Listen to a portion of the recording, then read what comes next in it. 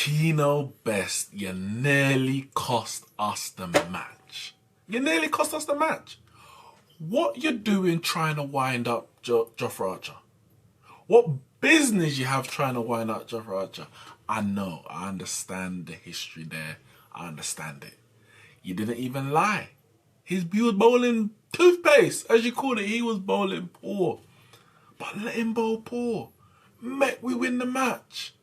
You're lucky you won it, because I would have come for you. I would have come for you. Listen, West Indies, what a victory. What a victory. What a way to start the tour. The first Test cricket since lockdown. And we're 1-0 up in the Wisden Trophy series against England.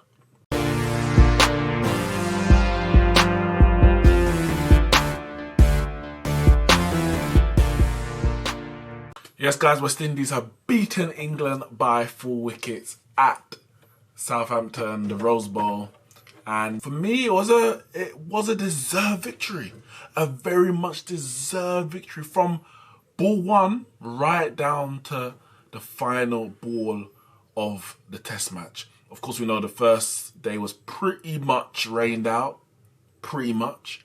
England won the toss, decided to have a bat, which I think it shocked a lot of people because the weather for the first 2 days was very, very bowler friendly. It was obviously raining the first day, as I said. Conditions were going to be very murky for the 2 days. So England will be batting under tricky conditions. Now, the thing with that ground, the Rose Bowl, is that it's usually very good for batting. So I think England probably went in with the idea that it's a good pitch. We're going to go out, put some runs on the board and put West Indies under pressure. And they weren't able to do that. Now, I don't know if it's a case of, rustiness from first match back. We had, I think, an extra warm-up game than they did, or complacency, or the fact that we had just got some very, very skilled bowlers. The reality is we have the best leading #1 all-rounder in the world in Jason Holder. And he took 6 wickets, bowled out England for 204, Gabriel with 4 as well. So them two shared the 10 wickets. And put ourselves, from that moment on, put ourselves in a position to win the game. And we didn't really relinquish it. I mean, at times, we got a bit West Indies, you might say. It's always going to happen. Nothing's ever comfortable and straightforward with us. We always have to give the opponent a little glimpse of hope. And then, luckily this time we took it back. But yeah, bowled them out for 204. Ben Stokes and Butler, at one point, it looked like their partnership might be getting England to a good total, but Holder just kept coming back and nicking out a wicket at important times, and England could never really get going. And once we came into bat, we knew, I said we need to get a lead of a minimum 100, but that was minimum, because batting last on that wicket, you don't want to be chasing a lot. Granted, it ended up being a 4th day pitch, because the first day was rained out, but you don't want to be chasing a lot. So it was minimum 100, but really you want to be going for 150. 150 run lead, you can chase anything under 200, which again, I say, well, it's not going to be easy, but it's something that we should be able to chase. As it was, we ended up getting a lead of 114. So, between 100 and 150, not slap bang in the middle, but a lead that would put us in a advantageous position, a position where we had the upper hand. And we got that through Craig Brathwaite, got 65. I'm happy with his innings. I'm not surprised by the way he played. John Campbell got a start, 28. Shea Hope, 16. Shea Hope he ain't been great. Since we came over here and we got that century, he got that century at Headingley, 2 centuries, sorry. First batsman to get 2 centuries. At Headingley in a Test match. Since he done that, he hasn't scored another Test century. Against all the opposition we played, he hasn't scored another Test century. That has to be a concern. In one-day internationals, he makes some decent scores. He's getting better. We've spoken about the way that he needs to rotate the strike and be the key man in those ODIs. But in Test cricket, his form seems to have dropped off, and for such a talented player, it's not really good enough. So for him to only get 16, coming at number 3, it wasn't a great look. It wasn't a great look. We know that, as I spoke about in the preview, our batting was weakened by Hetmeyer and Darren Bravo being out. Shamra Brooks was the beneficiary of those two deciding not to travel, and he looked good for his 39. Yeah, he looked good. I've seen a couple matches prior to this. He looks a very talented batsman. He really does. Plays the ball late, lets the ball come onto you, and he's very delicate the way he plays. Turn it around the corner, flicker the wrist, whether it's on the onside or the offside. He looks very, very talented. I like that innings very much. Chase, who vowed his aim was to, he said he wants to leave, he wants to get 1 century in these 3 test matches. Obviously, that's about 6 innings, depending on how they go. And he ended up getting 47, and that's a good knock for coming at number 5. He obviously is the main spinner in the team. Obviously, we got Cornwall in the squad, but his job was obviously as a batsman and also to turn his arm over a few times. And as it was, as we'll get on to later, picked up a few crucial wickets. But his 47, very, very important. Him batting with Dowrich again. Dowrich, who his last tour here, he was poor. He was so poor. And then a few matches after, he was at risk of being dropped until he started scoring some runs. I think it was against Zimbabwe, it may have been. And he's really just grown from strength to strength. And he showed that in this innings to go and get 61. And Joseph chipped in with 18 down the bottom of the order. So to end that innings on 114 runs ahead. And we're in a good position. We're in a good position. It's about a case of ramming it home. Now, I'll take it back to the whole Archer situation, because in that innings, Wood got 4 wickets, Anderson got 3, Archer didn't get a wicket. As far as I was concerned, I'm like, West Indies, you got to make a plea or a vow not to give Archer anything.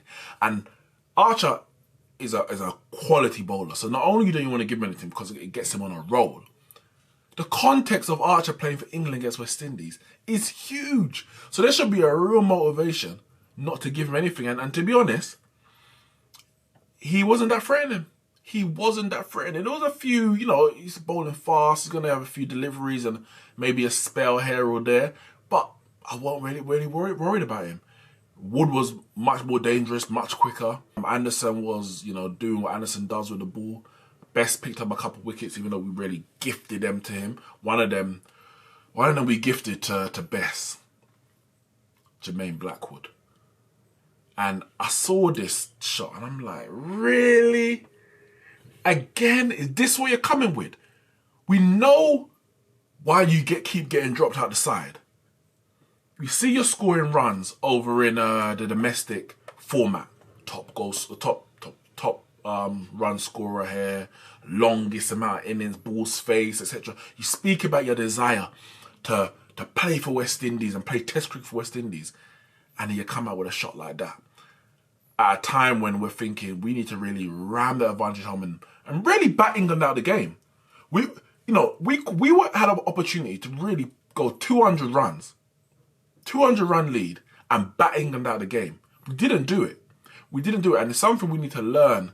When we got our foot on the opposition's neck, we need to keep it on there. We ram home that advantage. And we got starts and no one was able to carry it. I said someone needs to get 100.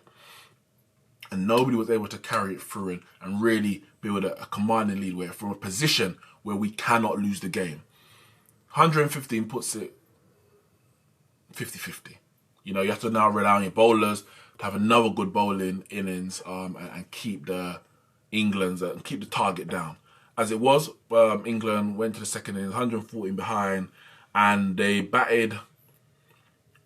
I don't think they even batted poorly in the first innings. We bowled very well, but in the second innings, where there wasn't much cloud cover, the wicket wasn't as nippy and not much seam movement. Other than the new ball, it wasn't very helpful for bowlers. There was something in the wicket for bowlers at all times, but it wasn't a bowler-friendly wicket. So we really had to work for all our runs, all our wickets, sorry. And they got to a good start. Burns and Sibley putting on, 72 they put on in the end until Burns gave it away. A real long up from Roston Chase, and he just chipped it really to, I think it was like point or gully, whatever it was. And that kind of just got the ball rolling. We got that wicket. Then picked up Sibley a bit later. Gabriel had him caught behind down the leg side. The ball before he got him out, bowled, it was inside there just after he got 50. He played on, but it was a no ball. Luckily, next ball got him out. So that didn't really cost us. And we kept chipping away little by little. But then, as I said, England's batting starts at 5.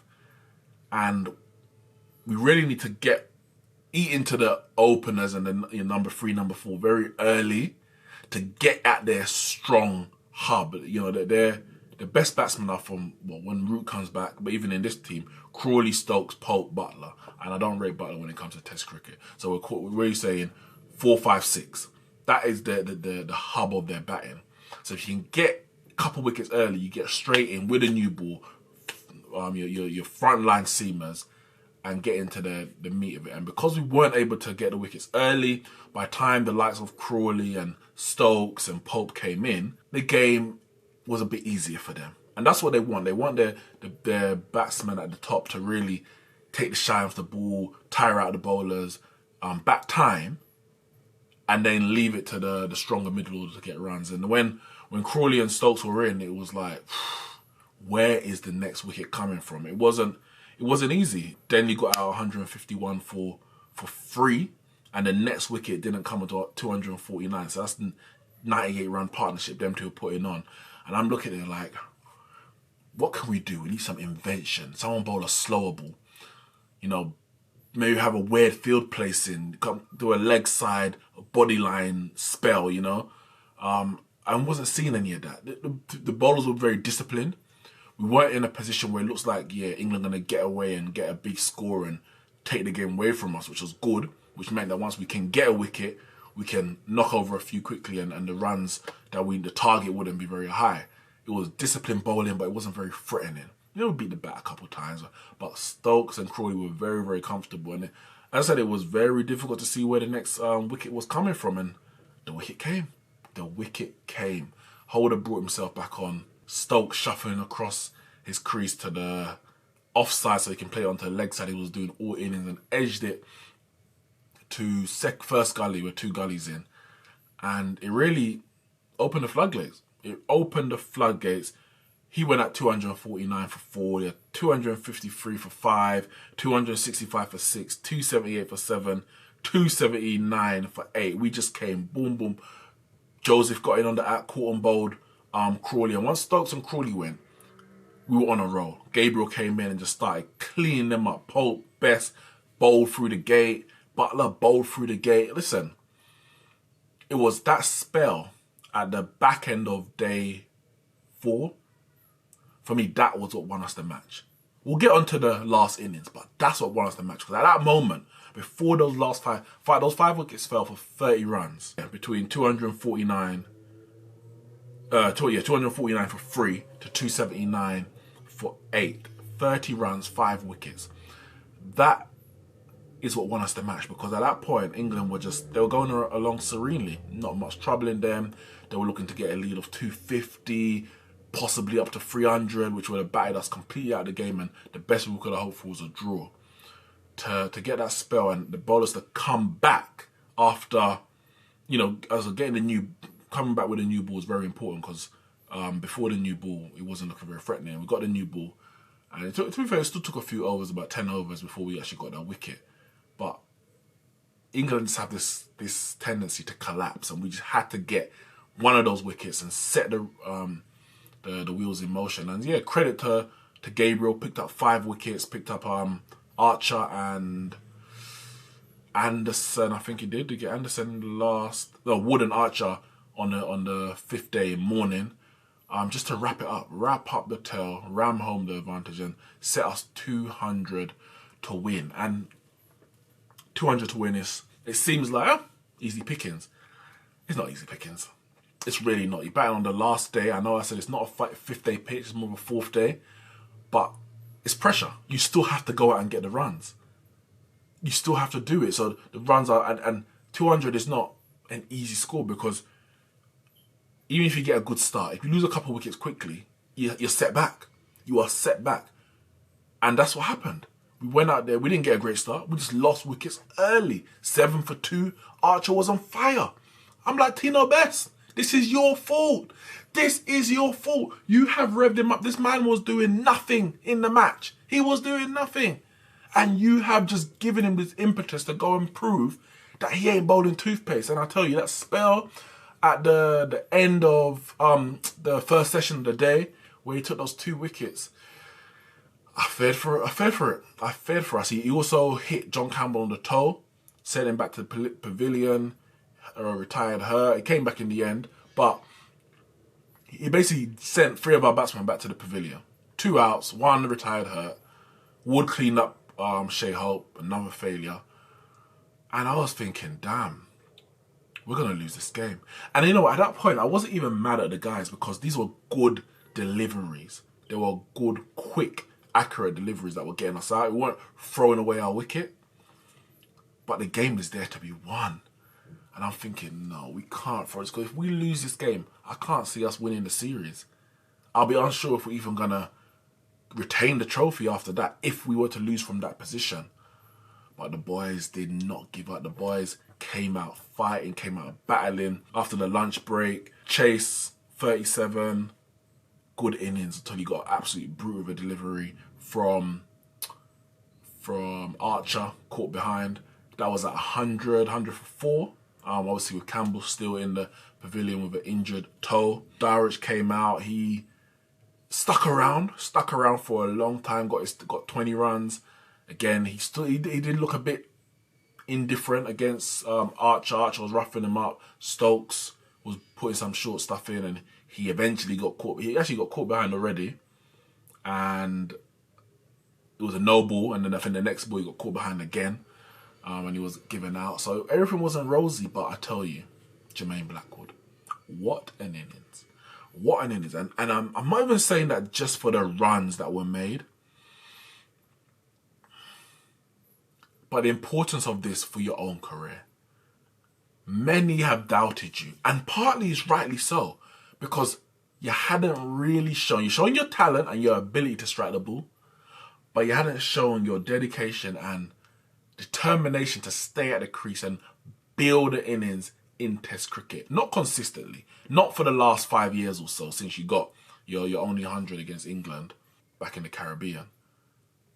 For you to come into English conditions, first Test match, after you gave away your wicket in the first innings, knowing right then your team needs a big innings. I said if one player gets 70 plus, 75 plus, we'll win the game.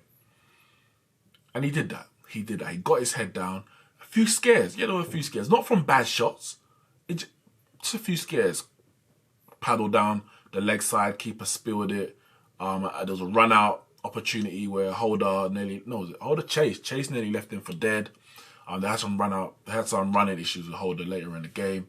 But through all of that, you just kept going. And there was barely a shot played in the air. I think there was one that went over Anderson. There's another I think went down the ground as well. And then I think you played another late cut. Or risk-free because there's nobody out there. There was nobody out there. You got it over the slips or over the point, backward point area. Nobody down that third man. Risk-free cricket. But you're still scoring at a good rate. You're scoring at a rate that meant there was no chance of a draw. And whoever was to come after you, if you were to get out, which eventually you did, the game was there to be won. There was a few runs left to make. That's the thing. You can score so quickly that as long as you are at the wicket, the runs will come. You're not one of those who's gonna get bogged down and nudging and nerdling around. You just have to play sensibly because you're such a good striker of the ball and your intent is correct. Keep the ball along the ground. So much cover drives you were playing through the burst in the infield. England were dead and buried when you Chase and then you and Dowett tried that crease, and they needed that wicket when they got you. But it was too late. It was too late. 11 runs to win. Holder's at the crease to see it home. Campbell comes back to bat with his captain, and he hits the last 2 runs, a boundary and a single to take us home to our first victory of the series. And yeah, I mean, I'm just so proud. I'm so proud that we set the game up on day 1/day 2 to win.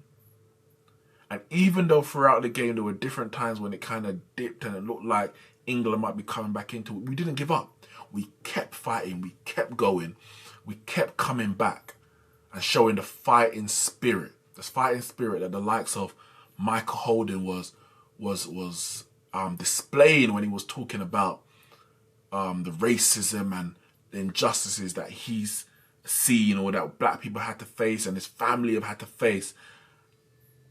And those kind of things that inspired those previous generations to fight, to keep going, to never give up. I saw that same spirit out there on that pitch. It was brilliant. And there's been fewer prouder moments with everything that's going on in the world right now. There's been fewer prouder moments than when Campbell hit those winning runs. First game back after lockdown, in the midst of all of this Black Lives Matter and injustice happening in the world, that the West Indies men stood up to be counted and showed that fighting spirit. All credit goes to Jason Holder. All credit goes to Phil Simmons, and all credit goes to the 11 men and the squad out there in England battling for the Wisdom Trophy. 1-0 up, 2 to play. I have faith as long as we rally around the West Indies. Hit the like and subscribe button, guys. Comment on the video below and I'll see you soon.